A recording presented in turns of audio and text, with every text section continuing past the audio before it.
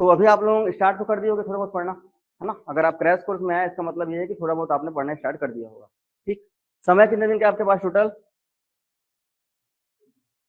लगभग 60 दिन मान के चलो, है ना? क्या 60 दिन में पॉसिबल है इस पेपर को निकालना? नहीं है।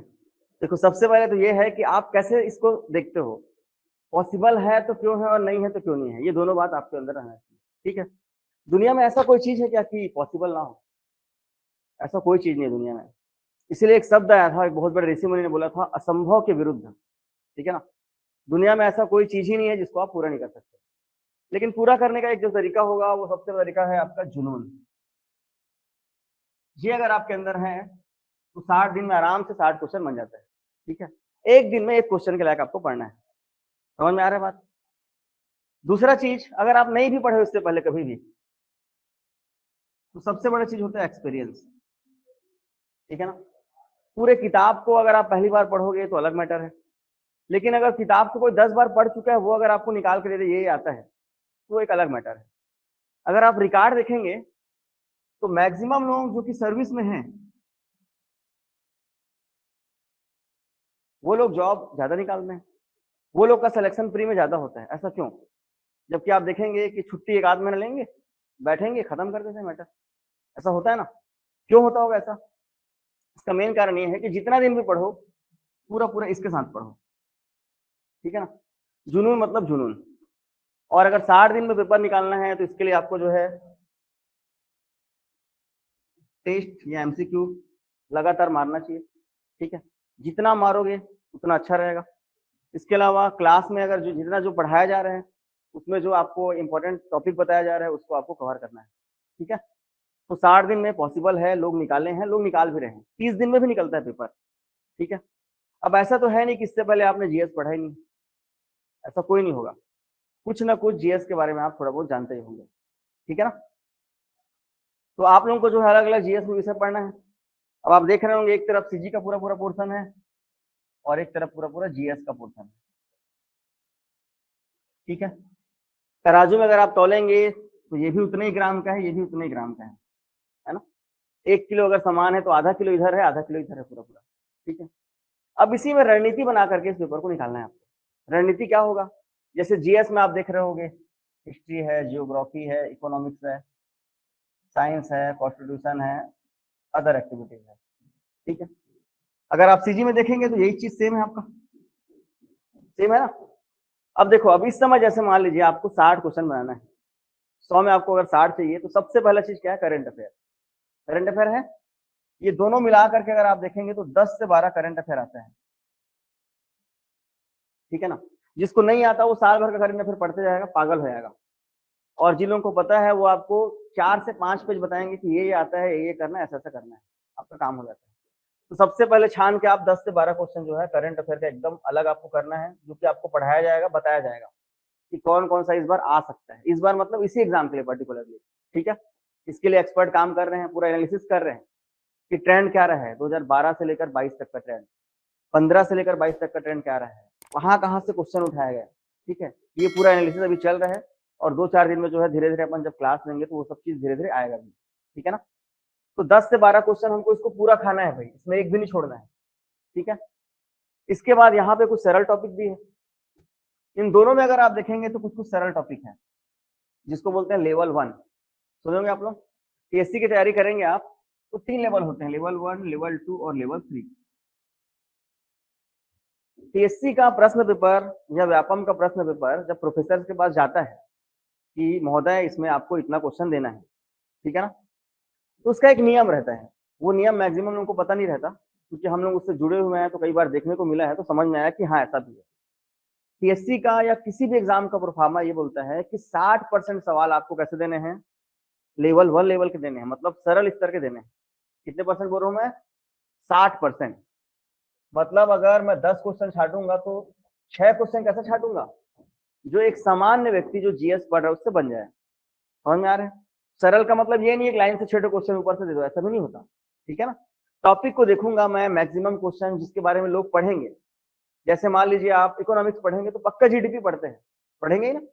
इकोनॉमिक्स पढ़ेंगे तो पक्का आप आरबीआई पढ़ेंगे, और आरबीआई का गठन कब हुआ, क्या हुआ, कैसे हुआ, वहां से क्वेश्चन आपको देना है। ठीक, 2 क्वेश्चन मतलब 20% सवाल आपको ऐसे देने हैं जो मध्यम स्तर के रहे, जिसके लिए थोड़ा ज्यादा मेहनत करना पड़े। ठीक है, अब जैसे आरबीआई के बारे में सब जानते हो, आरबीआई की मॉनेटरी पॉलिसी के बारे में भी आप जानते होंगे, लेकिन इस पॉलिसी के बारे में और थोड़ा डेप्थ में जाना है, तो ये थोड़ा सा क्या हो गया, ज्यादा मेहनत करने वाला चीज हो गया। तो 20% सवाल ऐसे आएंगे। 20% सवाल जो है ये कठिन स्तर के आएंगे, मतलब ये नए सवाल जनरेट होंगे ये, ठीक है ना। और इस 20% को मैं चाहूंगा कि कोई मत बना पाए, और देखे तो बस जो है उसका दांत खुला का खुला रह जाए, अरे वाह क्या क्वेश्चन था, समझ में आ रहा है ना। तो इसका साफ साफ मतलब ये है कि पेपर छाटने वाला 20% क्वेश्चन ऐसा आपको देता ही है जो ना बने आपसे। जैसे छत्तीसगढ़ का इतिहास देना है, आप सबके बारे में पढ़ रहे हो, मैं आपको पूछ दूंगा बहरेंद्र साहब पान में क्या डाल के खाता था, पक्का कुछ ना कुछ खाता रहा होगा। अब आप बहरेंद्र साहब की पूरी घटना को पढ़ोगे तो पता चलेगा हाँ भाई वो पान में डाल के ये चीज खाता था, समझ में आ रहा है। तो उस क्वेश्चन को देने का मेरा मकसद है, आप इसको कभी मत पढ़े रहो, ठीक है। अब इसके लिए मैं एकदम डीप रिसर्च किया हूँ, आप उतना करोगे नहीं।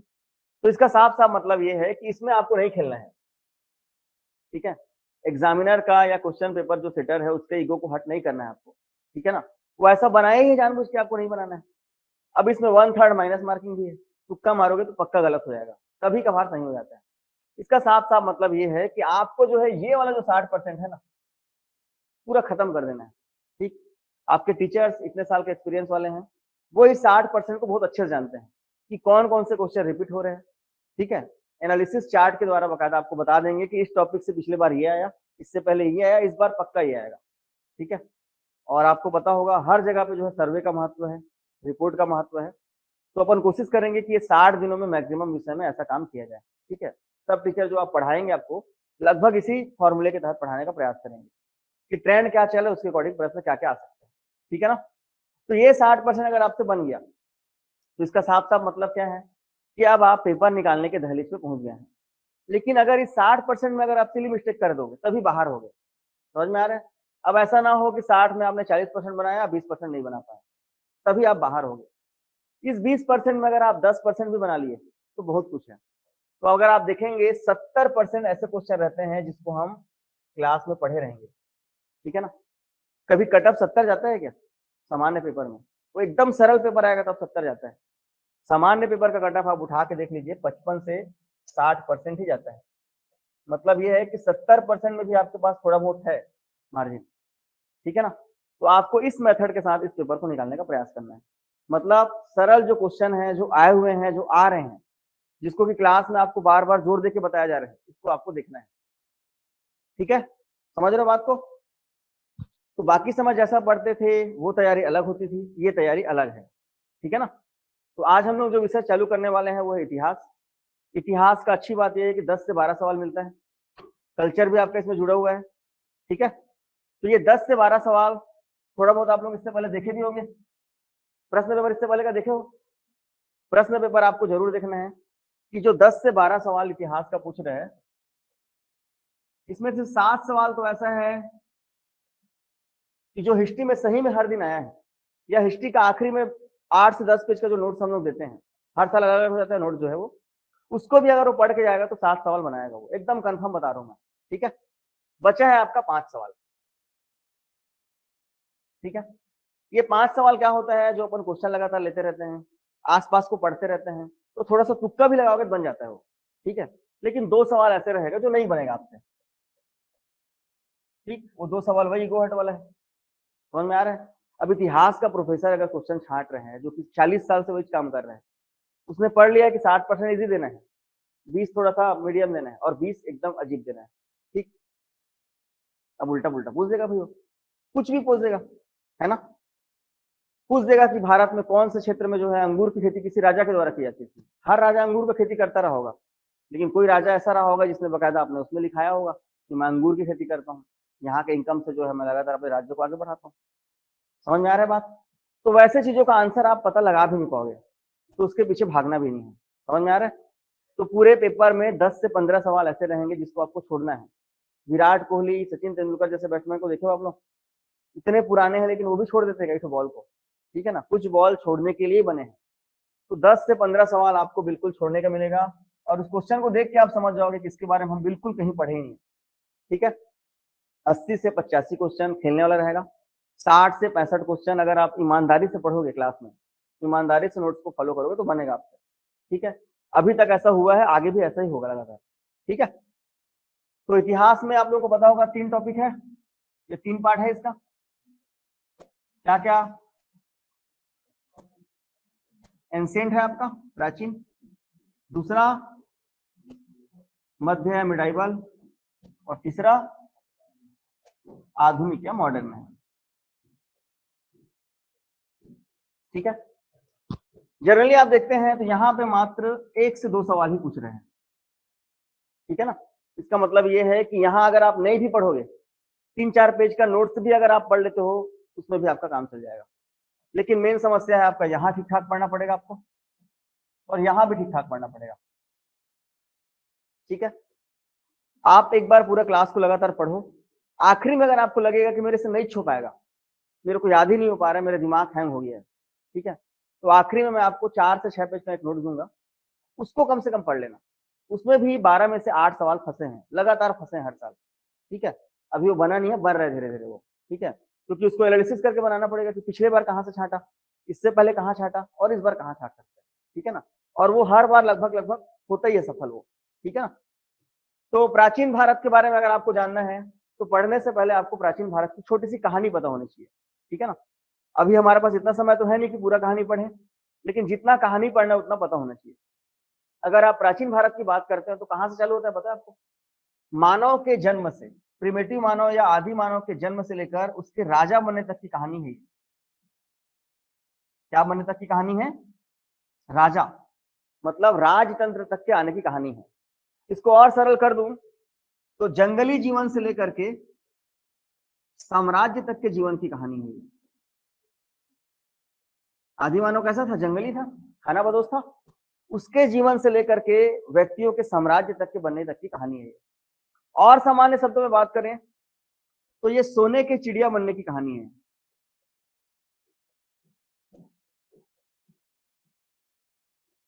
ठीक है, तो कैसे एक इंसान जंगल में रहा, 4 पैरों में चला, बातचीत करना नहीं आता था, उसको जीवन शैली के बारे में नहीं पता था, लेकिन धीरे धीरे धीरे धीरे उसने क्या किया, प्रकृति के साथ सामंजस्य को बैठाया और वो आगे बढ़ते रहा। ठीक, तो सबसे पहले अगर आप देखेंगे तो प्राचीन भारत क्या है? आदि मानव से लेकर के मानव बनने तक का कहानी है। ठीक है ना, प्रिमिटिव मानव से लेकर के होमोसेपियंस बनने तक की कहानी क्या है? ये आदि मानव तक का कहानी है, मतलब ये प्राचीन भारत है। ठीक, मध्यकाल की बात करें तो जो साम्राज्य बनाया था, खासकर आपने हिंद क्षेत्र में जो साम्राज्य बनाया था, उस साम्राज्य में जब आप आपस में लड़ेंगे, आपस में टूटेंगे फूटेंगे, तो क्या होगा? कोई दूसरा कब्जा करेगा।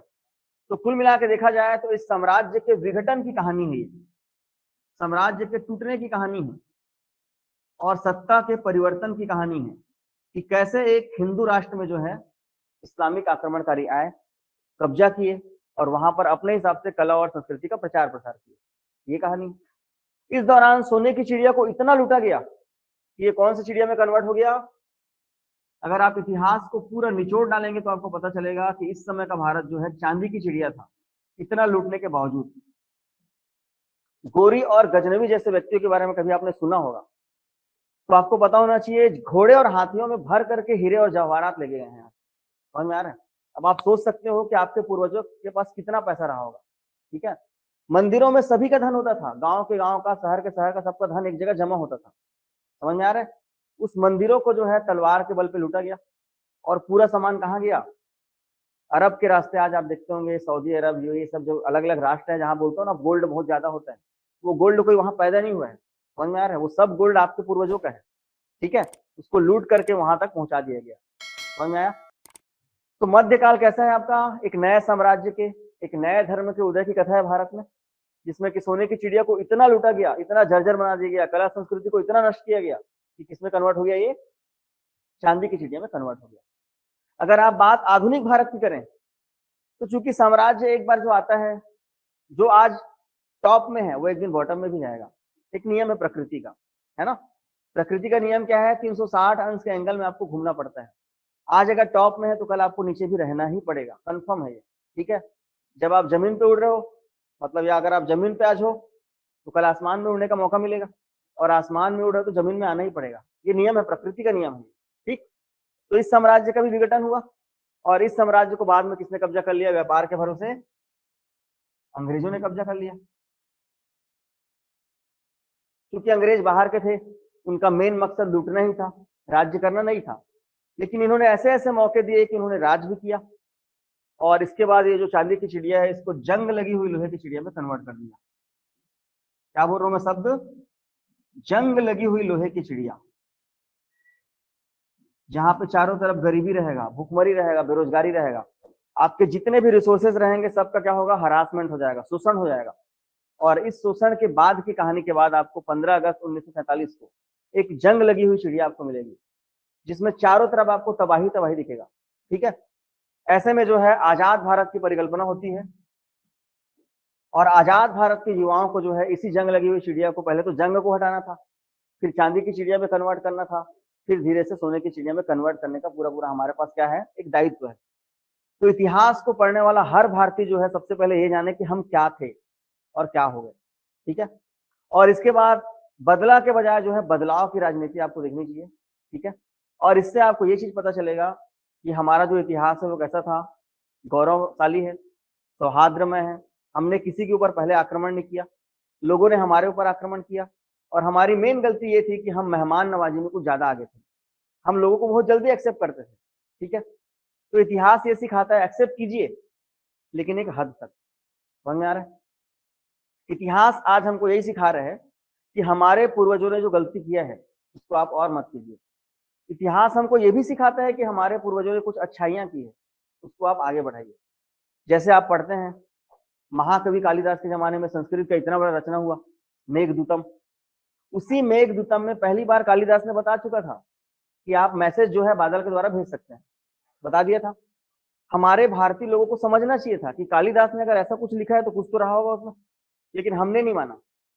अंग्रेज लोग यहाँ पे आए थे व्यापार करने, पढ़ाई लिखाई किए, यहाँ पे हमारे ग्रंथों को उठाए, ट्रांसलेशन किए, तो पता चला पूरा दुनिया का रहस्य तो यहीं पड़ा हुआ है किनारे में, रद्दी के भाव में। ठीक है ना? अब आप सोच के देखिए, अंग्रेजों के आने के बाद ही दुनिया के पूरे रिसर्च सामने आए हैं। न्यूटन जैसे लोग इससे पहले क्यों पैदा नहीं हुए? और न्यूटन क्यों आया 16वीं शताब्दी में ही? आइंस्टीन क्यों आया? दुनिया के जितने भी बड़े बड़े रहस्यमय आविष्कार हुए हैं, मोबाइल का आविष्कार 17वीं 18वीं शताब्दी में ही क्यों हुआ? ठीक है, इसके अलावा ऑपरेशन करते हैं अपन, ऑपरेशन करने वाला पहला आदमी तो हमारे देश में जन्म ले चुका था 500 ईस्वी पहले, सुश्रुत नाम का व्यक्ति था। ठीक, हवाई जहाज की बात करते हो, भारत में आप आज भी हवाई जहाज नहीं बना पाते, और हवाई जहाज को पहली बार अगर आप देखोगे तो रामायण काल में बना दिया गया था। कुबेर देवता ने पहली बार जो है पुष्पक विमान बनाया था, 1-2 तल्ले का नहीं, 19 तल्ले का विमान होता था वो, और वो मन की गति से चलता था। ये हमारे पुराणों में लिखाया हुआ था। इसको राइट बंधु ने पढ़ा, बोला यार ऐसा हो सकता है क्या? रिसर्च किया उसमें कि वो कैसे था, तो हवा को काटता था, तो पता किया गया हवा को कैसे काट सकते हैं आप, तो आप भी हवा को काट सकते हो। जब आप ऊपर उछलते हो तो हवा को काट के ही उछलते हो, लेकिन वो कंटिन्यू कैसे रहेगा? उसके लिए इंजन बनाना था, इंजन बनाया गया और बाद में राइट बंधु ने इसको क्या कर लिया? अपने नाम से पेटेंट करा लिया। तो अगर देखा जाए तो आपकी संस्कृति और विरासत में वो हर चीज है, ठीक है ना, जिसके बारे में लोग अभी काम कर रहे हैं। आज की डेट में गायब होने के बारे में विदेश के लोग कभी सोचे भी नहीं रहे होंगे। भारत के ग्रंथों को उन्होंने पढ़ा, पता चला देवी देवता गायब हो जाते थे, और आज जो है लैब में रिसर्च चल रहा है कि बहुत जल्द हम लोग भी गायब होने वाले होंगे। ठीक, अमर होने के बारे में विदेश के लोग कभी सोच भी नहीं सकते थे। भारत के इतिहास को उठाया गया, पता किया गया कि लोग अमर कैसे होते थे, लोग इतना लंबा जीते कैसे थे, तो पता चला कि डीएनए का सीक्वेंसिंग मॉडल था, पैदा होने के समय की जो टेक्निक थी उसके बारे में पता चला। ठीक, तो धीरे धीरे धीरे धीरे जो है अगर देखा जाए तो विज्ञान उन्हीं रहस्यों से पर्दा उठा रहा है हमारे ही द्वारा। ठीक है, हमारे पूर्वजों के ग्रंथों के द्वारा ही काम हो रहा है। ठीक है, तो इसका मतलब ये है कि आपका जो इतिहास है वो इतना स्ट्रांग है कि कोई आपसे मुकाबला नहीं कर पाएगा। समझ में आ रहा है? आपका जीवन शैली, अभी आपको अगर बोला जाए धोती पहनो तो आप नहीं पहनोगे ना, लेकिन इस पर रिसर्च चल रहा है तो पता चला कि धोती पहनने का भी कुछ मकसद था। पानी पीने का, भारत में कुआं गोल ही बनता था। ठीक है ना, कभी ऐसा देखो कि स्टार लेवल का बनेगा, चौकोर लेवल का बनेगा, नहीं। बाद में पता चला हमारे लोगों को इतना पता था कि पानी का पृष्ठ तनाव होता है, इसलिए पानी गोल होता है, जानते हो ना? अब आप सोचिए, सरफेस का जो इंटेंशन होता है उसको हमारे लोग पहले जान गए थे। टाइम देखने के लिए घड़ी तो बाद में बना, हमारे भारत का आदमी सूर्य को देख के बता देता था कितना बजा है। आज भी आप गांव में चले जाइए, ठीक है ना। तंत्र मंत्र की बात हो तो अथर्ववेद से हमारे यहाँ तंत्र मंत्र पहले से लिए गए हैं, ठीक। भारत देश में पहले सांप काटने से कोई नहीं मरता था, वो तो दवाइयों के आने के बाद मरता है कोई भी, ठीक है। अब आप देख लीजिए बस्तर में कितने रिकॉर्ड रहे होंगे सांप काटने से मरे, ठीक है। इसके अलावा बहुत सारे जीव जंतु पहले भी रहे हैं, तो क्या उससे मौत होती थी? पहले तो मौत नहीं होती थी। इसका मतलब ये है कि जड़ी बूटी और तंत्र मंत्र का महत्व पहले भी था, ठीक है। उसको धीरे धीरे हमने क्या किया, खत्म कर दिया। और आज फिर से आप देख लीजिए नीम के पेड़ का पेटेंट अमेरिका ने करा लिया। मतलब कुछ दिनों के बाद से नीम का कुछ भी लेना रहेगा तो अमेरिका से आपको लेना पड़ेगा। खटिया जानते हो, चारपाई, है ना, भारत में कब से चल रहा है? अनंत काल से चला आ रहा होगा, आ रहा है ना। उसमें इंसान सोता था तो उसमें उसका बीपी हाई कभी नहीं होता था, लो कभी नहीं होता था। इसमें रिसर्च किया गया, कहाँ? अमेरिका में। आज वो डॉलर में बिकता है खटिया जो है, समझ में आ रहा है?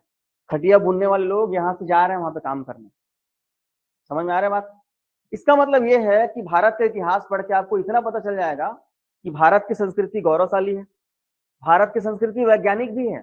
अब आप सोच के देखिए, अगर ग्रहण पढ़ना है या कोई विशेष नक्षत्र आना है तो नासा को खर्चा करना पड़ता है 450 करोड़। कितना? 450 करोड़ में उसको ले दे के पता चलता है सैटेलाइट के माध्यम से। और हमारे यहाँ पंडित जी मस्त बैठते हैं पोथा पुराण लेके, 2-4 घंटा लगता है, एनालिसिस करते हैं और 1 साल पहले बता देते हैं कि इस दिन ग्रहण पड़ेगा। कैलेंडर देखो, 35 रुपए का वो कैलेंडर जो है आपको 1 साल पहले हर चीज बता देता है कि आने वाले समय में क्या होने वाला है। और नासा तुरंत का तुरंत बताता है ये होगा। उसमें कितना खर्चा लगता है उसको? 450 करोड़। तो टेक्निक में कौन आगे है? आप आगे हो ना। चांद के बारे में या सूर्य के बारे में जितना खगोलविद हमारे यहाँ पहले थे, वराहमिहिर थे, जानते हो वराहमिहिर का नाम सुनो, आर्यभट्ट का नाम सुनो। ये लोग जब उस जमाने से आपको सब बता चुके हैं तो आज के वैज्ञानिक क्यों उनका मुकाबला कर पाएंगे? पॉसिबल ही नहीं। तो जितने भी रिसर्च चल रहे हैं सब उसी के आगे चल रहे हैं, समझ में आ रहा है बात? तो कुल मिला के देखा जाए तो आपका जो इतिहास है वो वैज्ञानिक रूप से भी आगे है। साहित्य की बात करोगे तो ऐसे ऐसे साहित्य बना दिए गए हैं जो अमर हैं, ठीक है ना। अब आप सोचो, जीवन को वापस लाने तक की कहानियां बनाया गया है हमारे यहाँ, समझ में आ रहा है? इसका मतलब कि मरने के बाद भी अगर उसको जिंदा करना है वहां तक की कहानी हमारे पास, ठीक है। तो साहित्य भी हमारा बहुत स्ट्रांग है। राजनीति की बात करोगे तो सोचिए आप, आज से लगभग 3500 वर्ष पहले भारत देश में एक सबसे बड़ा साम्राज्य बना था, ठीक है, इसको आप बोलते हैं मौर्य साम्राज्य, बोलते हैं। तो अगर हम इतने कमजोर रहते तो आपको लगता है कि इतना बड़ा साम्राज्य बना लेते? ऐसा पॉसिबल नहीं था, वो भी हमने बनाया है। तो कुल मिला के इतिहास पढ़ने का मेन मकसद यही है, गलतियां हुई है दोहराना नहीं है, अच्छाइयों को आगे बढ़ाना है। समझ में आया बात? ये क्लियर है? कहानी समझ गया क्या क्या है मेन मकसद? चलिए अब सीधा आते हैं काम की बात पे, मतलब एग्जाम के वे में आते हैं अपन। एग्जाम के वे में अगर आप बात करेंगे तो सबसे पहले ओरिजिन ऑफ लाइफ की बात करनी पड़ेगी, मानव की उत्पत्ति की बात आपको करनी पड़ेगी।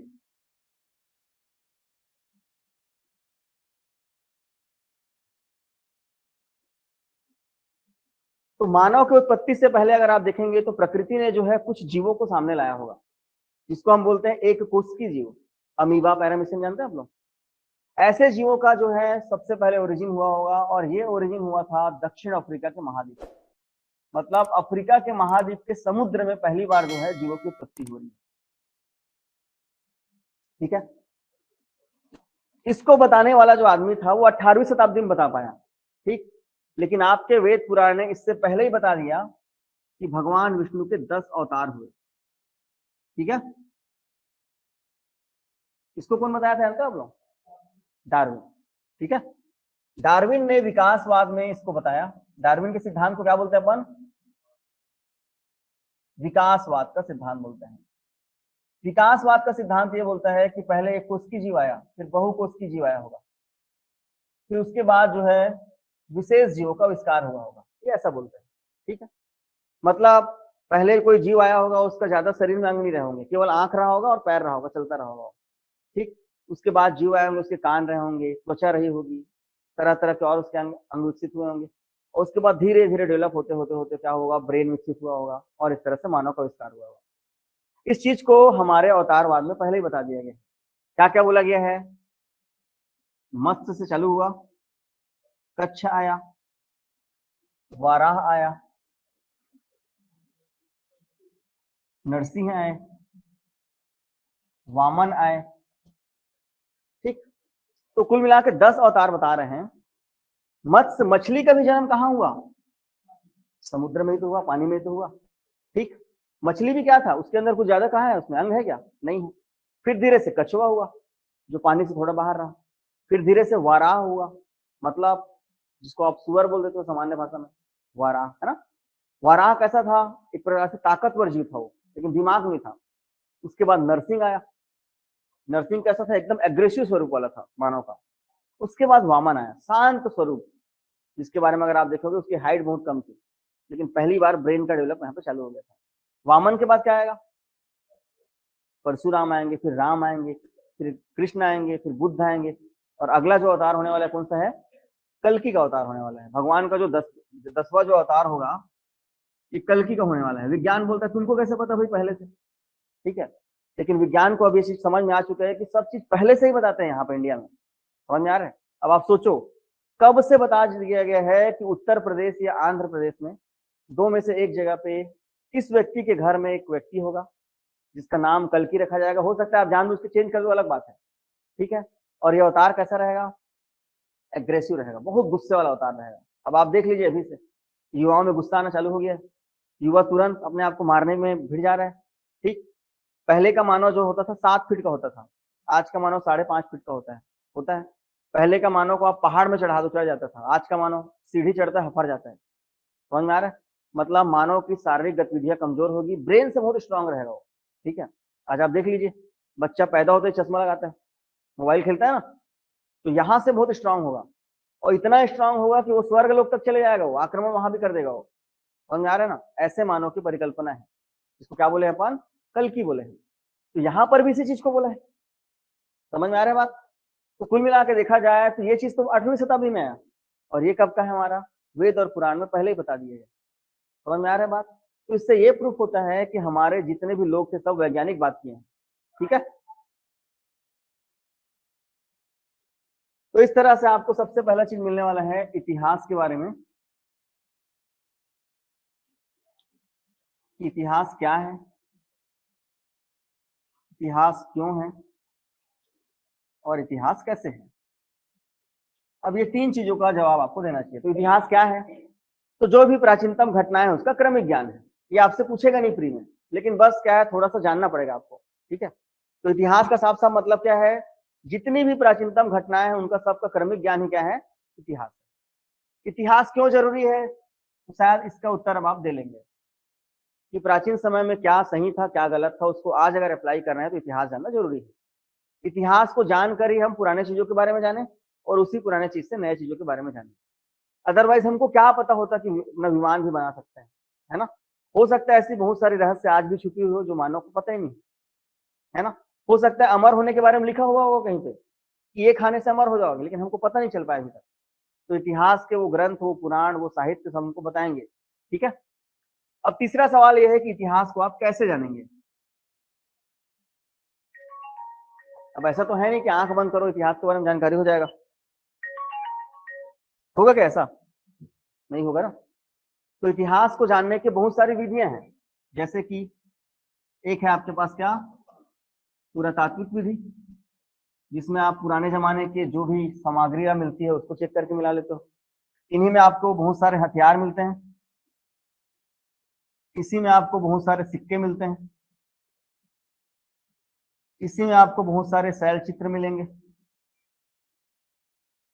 और इसी के तहत आपको बहुत सारे देश के और विदेश के साहित्य मिलेंगे, ठीक है ना। तो कुल मिला के देखा जाए तो इतिहास जानने के बहुत सारे रिसोर्सेस हैं, ठीक है। और इन रिसोर्सेस के द्वारा जो है आप पता करते हैं कि हमारा इतिहास में पहले क्या क्या था, कैसे कैसे रहा होगा, और वो कैसे कैसे आगे बढ़ रहा था, ठीक। तो यहां से भी सवाल लगभग आपको नहीं पूछेगा, ठीक है ना। सवाल पूछना आप चालू होगा इसके बाद। अब आपको देखना है कि जो अलग अलग विषय हैं, सभी विषयों के कोई ना कोई पितामह है, फादर है। तो कम से कम आप जितने विषय को पढ़ते हैं उस सभी विषयों के पिता के बारे में जानना चाहिए। हर 3 साल में एक बार रिपीट हुआ है पिता लोगों का नाम, ठीक है।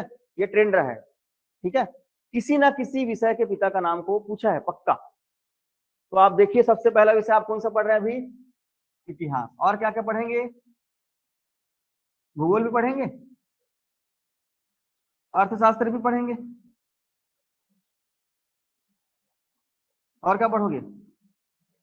विज्ञान पढ़ते हो ना, तो जीव विज्ञान होता है एक ठो,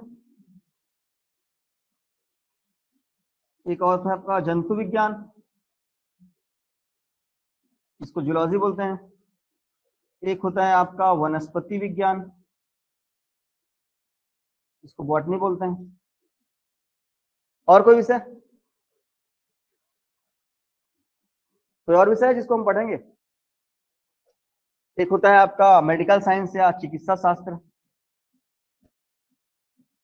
क्योंकि हर जगह समाज है तो समाज के बारे में देखा जाए तो समाज शास्त्र के बारे में थोड़ा बहुत पढ़ते हैं हम लोग। संविधान के बारे में भी पढ़ेंगे। तो देखा जाए तो मोटा मोटा 8 से 10 विषय हम लोग पढ़ने वाले हैं। ठीक, सबसे पहला क्वेश्चन जो टकराएगा वो रहेगा इनके पिता से। ठीक है, ट्रेंड के अगर मुताबिक बात करेंगे तो 3 साल में एक बार हुआ है रिपीट।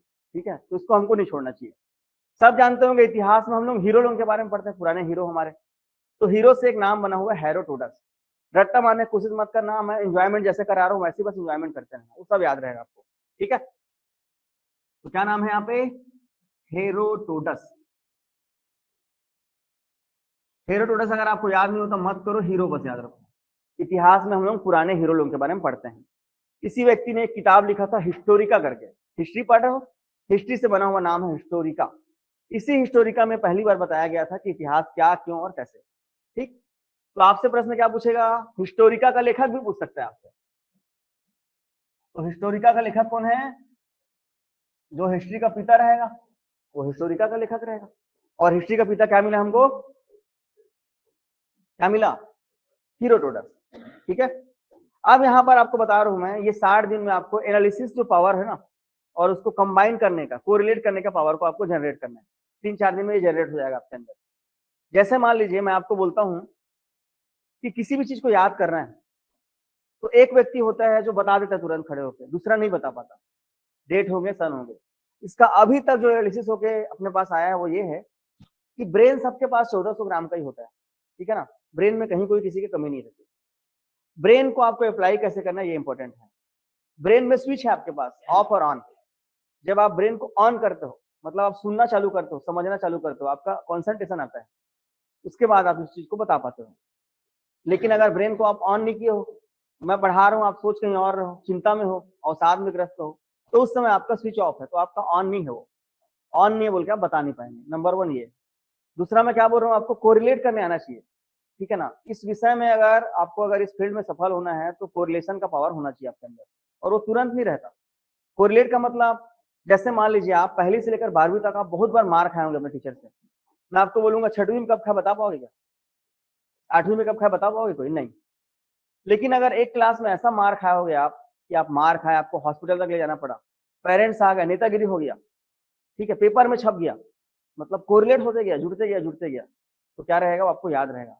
आप बता सकते हो तारीख कितना, टीचर का नाम ये, कारण ये, पढ़ा मेरे को अच्छे से, मैं गिर गया नीचे, खून बहना चालू हो गया, ठीक है, इस व्यक्ति के द्वारा फूल लगाया गया, वो डॉक्टर था, ये सब आपको याद होगा।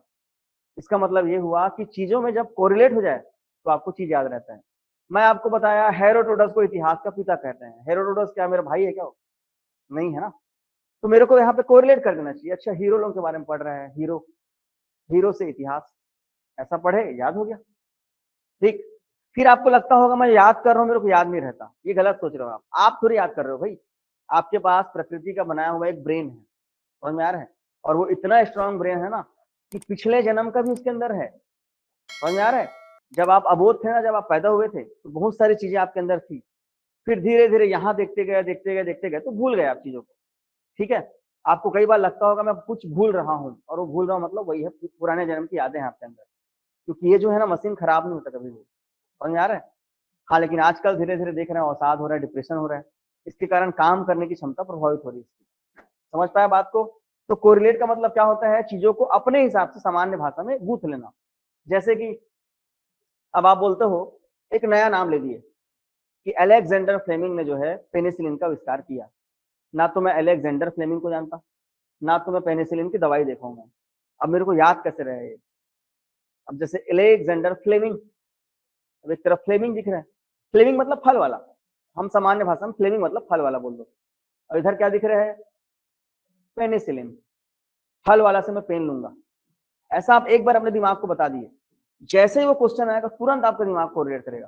ठीक है, पहला तरीका ये है। दूसरा तरीका, अगर आपको मैं 9 घंटे यहाँ पढ़ाऊंगा बोलूंगा लगातार, तो पढ़ पाओगे? रो दोगे। लेकिन आपको बोला जाए 3 मूवी देखना है आपको, बढ़िया मस्त लाइट ऑफ रहता है, कॉफी की कप सामने रहेंगी, तो आप 3 क्या 5 मूवी देख लोगे। उसको लिखते हो कोई? मूवी देखने के दौरान क्या आप लिखते हो? कोई नहीं लिखते ना। मूवी देखते हो आप आराम से एकदम रिलैक्स माइंड में। तो इसके पीछे एक जिम्मेदार कारण है, वो है आपका एक हार्मोन। ठीक है, हम सब के अंदर एक हार्मोन है, उस हार्मोन का नाम है डोपामाइन। सुनो नाम, जिसको हैप्पीनेस हार्मोन बोलते हैं। इसको पूछा हुआ पीएससी ने बकायदा।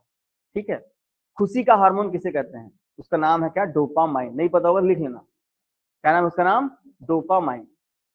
डोपामाइन कब रिलीज होता है? जब आप अच्छा फील करते हैं। ठीक है, जैसे आप देखेंगे ट्रेन एकदम स्पीड से जा रहा है तो आपके अंदर एक वो आएगा, एग्रेशन आएगा। ठीक है, कई बार आप कोई चीज को जीत लेते हैं तो आपके अंदर एक उत्साह आता है उत्साह।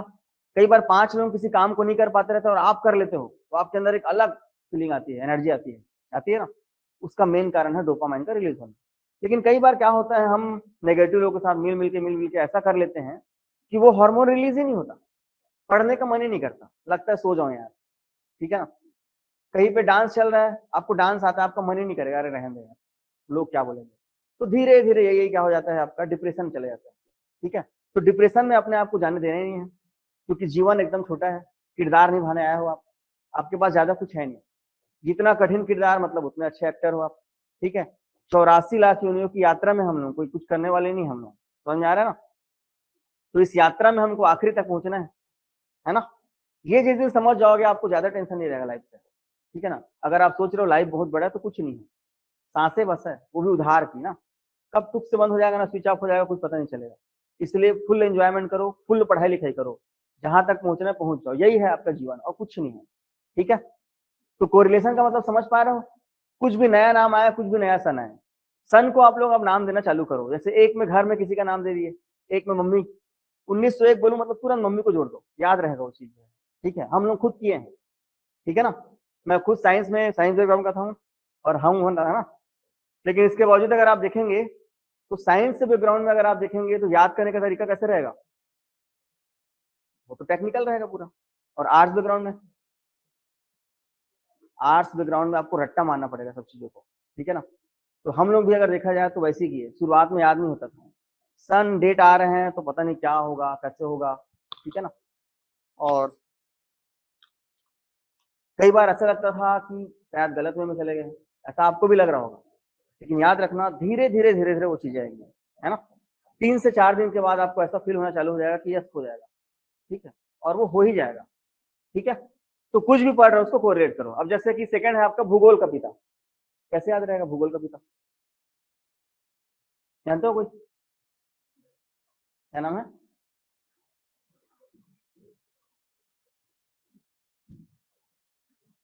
बताओ कोई फादर ऑफ जियोग्राफी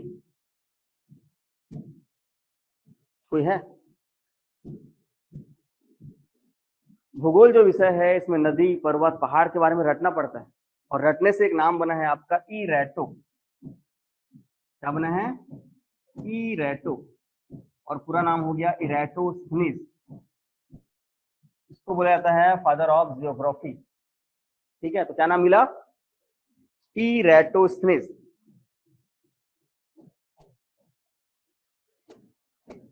तो जैसे ही भूगोल या ज्योग्राफी आएगा, क्या याद रखना अपने को? रटना। और रटने से क्या है? रटो, इरेटो। थर्ड है आपका अर्थशास्त्र है, इकोनॉमिक्स। अब अर्थ है मतलब पैसा है, और पैसा है तो दम है, पावर है। तो यहाँ पे एक नाम मिलेगा आपको, एडम स्मिथ। दमदार विषय है ये। विषय का क्या नाम है? Adam Smith. तो दम है पैसे में, जहां पे अर्थ है वहीं पे दम है ना। तो इस तरह से क्या नाम आ गया? Adam Smith. जीव विज्ञान और जंतु विज्ञान, बायोलॉजी एंड जूलॉजी, ये दोनों कैसा विषय? एकदम रसदार विषय है। आप अपने बॉडी के बारे में पूरा पूरा पढ़ते हैं। ठीक, तो रसदार विषय है, तो नाम क्या है? अरस्तु। क्या नाम है यहाँ पे, अरस्तु। इसके बाद एक विषय आपके पास आ रहा है वनस्पति विज्ञान, बॉटनी। बॉटनी में इतने सारे बॉटनिकल नेम होते हैं, फ्रस्ट्रेट हो जाएंगे आप। तो बॉटनी फ्रस्ट्रेट से बना हुआ है, थियोफ्रेस्टस करके एक नाम। क्या नाम बना है, थियोफ्रेस्टस। फ्रस्ट्रेट कर देने वाला विषय है ये बॉटनी। ठीक, बस फ्रस्ट्रेट हो जाता है, हो जाएगा काम। उसके बाद है आपके पास एक विषय चिकित्सा शास्त्र, मेडिकल साइंस। और मेडिकल साइंस के बिना आज के डेट में कोई चीज पूरा है ही। तो मेडिकल साइंस का जो पिता है उसका नाम है आपका हिप्पोनिकस।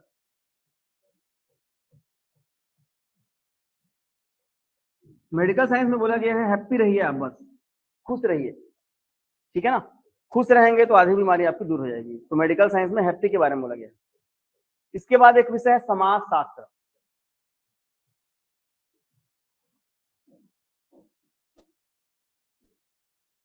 Agusta Comte.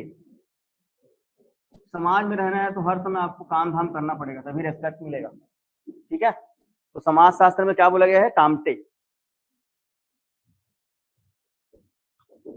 संविधान, दुनिया के संविधान के बारे में बोलेंगे तो किसी एक को पिता नहीं माना जा सकता, लेकिन आपको भारत का संविधान पता है और सब जानते हो। कौन है भारत के संविधान के पिता, डॉक्टर अंबेडकर। ठीक, अब हमने 8-9 विषय के बारे में पढ़ा। अब इसी में से एक आध बार क्या होगा, एक विषय का पूछ देगा या इसी में क्या हो सकता है आपको जोड़ी बनाने के लिए दे देगा, ठीक है। तो ये याद हुआ, इतना हो जाएगा। इसको आपको लिखना है, यहाँ पे इसको लिखो।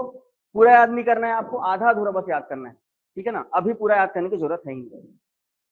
चलो देखो, 20-25 सेकंड लो, लिख तो लिया पूरा।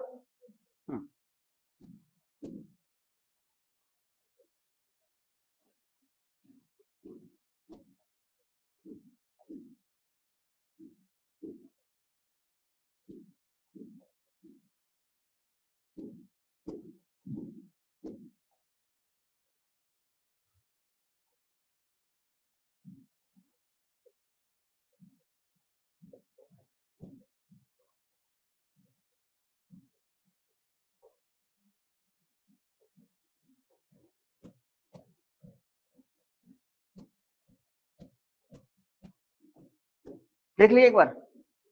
चलो अब जैसे मान लो अचानक मैं आपको पूछा एक विषय, जैसे कि मैं पूछ रहा हूँ आपको फादर ऑफ बॉटनी, कुछ याद आ रहा है? ऑनलाइन वाले लोग रिप्लाई करो भाई, फादर ऑफ बॉटनी। बिना देखे याद क्या आ रहा है, बॉटनी बोलते ही क्या आ रहा है? बॉटनी मतलब कैसा विषय है? फ्रस्ट्रेट करने वाला विषय है। तो फ्रस्ट्रेट करने से क्या आ जाएगा, फ्रेस्टस। ठीक, जूलॉजी पीछे, जूलॉजी बोलते क्या याद आता है? हाँ, जूलॉजी और बायोलॉजी रस वाला विषय है, तो अरस्तु याद आना चाहिए। इधर बॉटनी याद आ रहा है? इधर आप बताओ जी, भूगोल,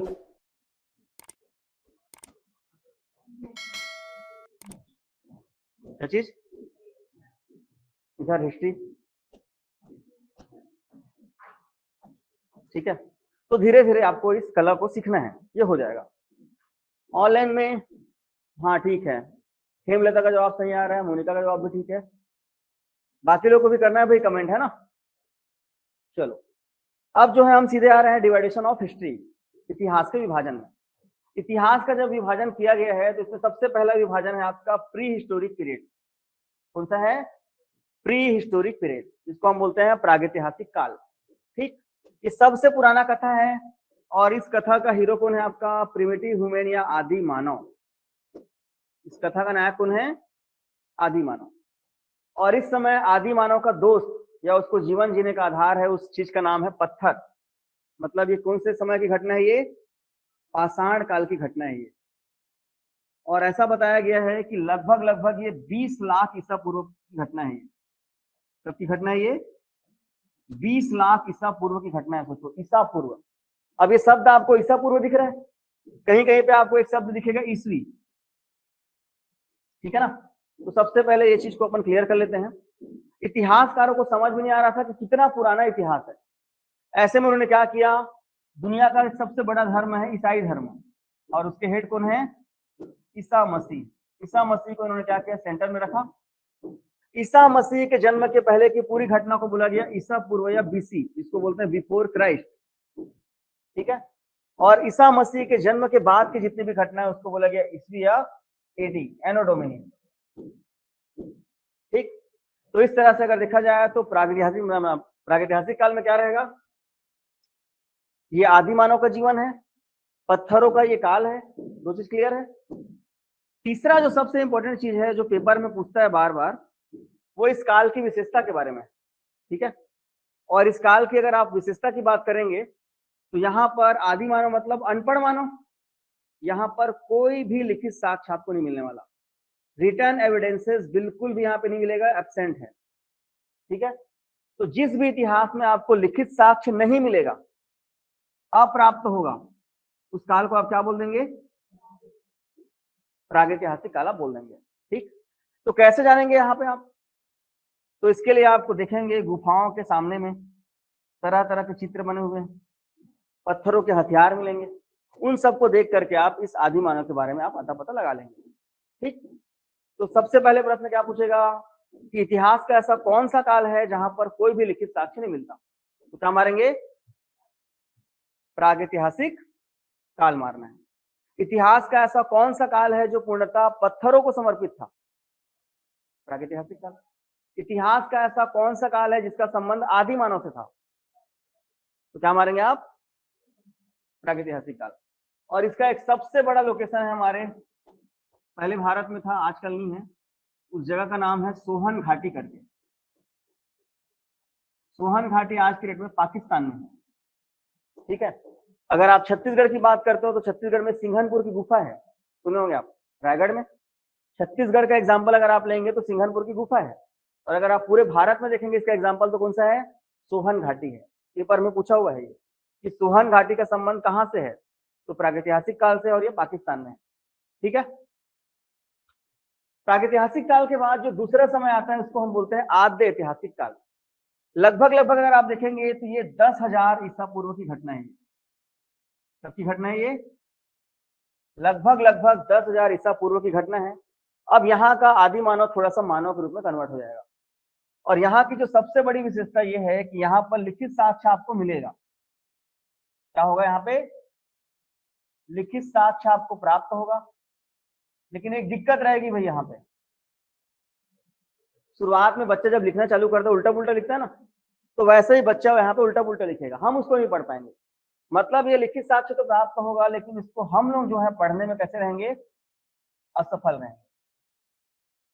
तो आपसे पूछेगा ऐसा कौन सा इलाका समय था जहां पे लिखित साक्ष्य तो मिला है लेकिन हम उसको पढ़ने में असफल रहे, तो क्या मारना ठीक, आद्य ऐतिहासिक काल या प्रोटो हिस्टोरिक पीरियड, ठीक है। इस समय अगर आप देखेंगे तो ना पढ़ने का कारण था यहाँ की लिपि का, यहाँ की जो लिपि थी उस लिपि का नाम था भाव चित्रात्मक लिपि। कौन सी लिपि, भाव चित्रात्मक लिपि। अब आप मेरे को ये बताओ, मैं ऐसा लिख दूंगा क्या समझोगे आप, समझ पाओगे क्या, नहीं समझ पाओगे ना। तो अब ये कुछ कहना चाह रहे हैं अपने शब्दों से, ये शब्द है उनके, नहीं समझ पा रहे हैं हम इसको, इसी लिपि को क्या बोला गया, भाव चित्रात्मक लिपि। और इसका अगर आपको एग्जाम्पल देखना है तो आप सीधा चले जाइए हड़प्पा, हड़प्पा से प्रारंभिक वैदिक काल तक का जो समय रहेगा ये जो है इस घटना को बयां करेगा, ठीक है। तीसरा जो समय है आपका वो है आपका ऐतिहासिक काल। ऐतिहासिक काल में सब बना बनाया मिलेगा, उसीलिए आप लोग बैठे हुए हो, ठीक है। तो यहाँ पर क्या मिलेगा, लिखित साक्ष्य प्राप्त होगा, और इसको हम लोग पढ़ने में सफल है कि नहीं है, बिल्कुल पढ़ने में सफल भी है। और इसका एग्जाम्पल है आपका उत्तर वैदिक काल से लेकर अब तक।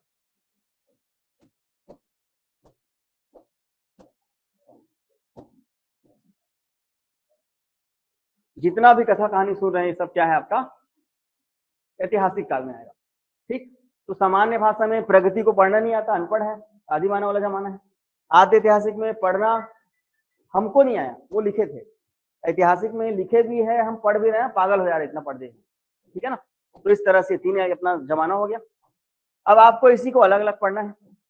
अब आप अगर इस आदि मानव के बारे में थोड़ा पढ़ना चाहेंगे तो आदि मानव के जीवन में आप प्रकाश डाल दे रहा हूं मैं। जिस आदि मानव को आप जानते हो उसने हमारे मानव जीवन को कुछ विशेष चीज दिया है। सबसे पहला उसने धातु भी खोजा, सबसे पहला उसने औजार भी बनाया, पहली बार उन्होंने पालतू जानवर भी खोजा अपने लिए, और पहली बार उन्होंने पहला कृषि भी किया। और इसी से जो है हमारा मानव आगे बढ़ेगा। इसी आदि मानव ने पहला धातु खोज लिया था, उस धातु का क्या नाम था? तांबा या कॉपर। प्रश्न पूछता है डायरेक्ट, आदि मानव के द्वारा खोजा गया पहला धातु, तो क्या मारना? तांबा। पहले औजार या हथियार की बात करेगा तो हेल्ड में अपना एक्स या फिर कुल्हाड़ी, ये पहला हथियार है आदि मानव के द्वारा यूटिलाइज किया गया। तीसरा बात अगर आपसे करेगा पालतू जानवर, तो पालतू जानवर में पहला जानवर कौन सा था? कुत्ता था। और पहला कृषि, ये यहाँ का मोस्ट इंपोर्टेंट क्वेश्चन है जिसको पूछा गया है बार बार, ठीक है। आदि मानव के द्वारा जो पहला कृषि किया गया था, कई किताबों में गेहूं लिखा है, गेहूं को मत मारना, ठीक। एनसीईआरटी लिखता है जौ, मतलब बारले, ठीक। तो इस तरह से इसमें यहाँ पर ये क्वेश्चन आता है। और इससे पहले अगर आप देखेंगे तो पूरे पितामह याद होने चाहिए, उसमें कुछ भी आ सकता है। और इससे पहले तीनों डिवाइडेशन के बारे में पता होना चाहिए, ठीक। तो आज का हम जो क्वेश्चन पढ़े हैं उसमें से 6 क्वेश्चन आए हुए हैं और पूरी संभावना है कि एक क्वेश्चन फंसे हुआ है। समझ में आया? तो यहाँ तक आज आपको देखना है, इसके आगे अपन कल देखेंगे, ठीक है। चलो ठीक है।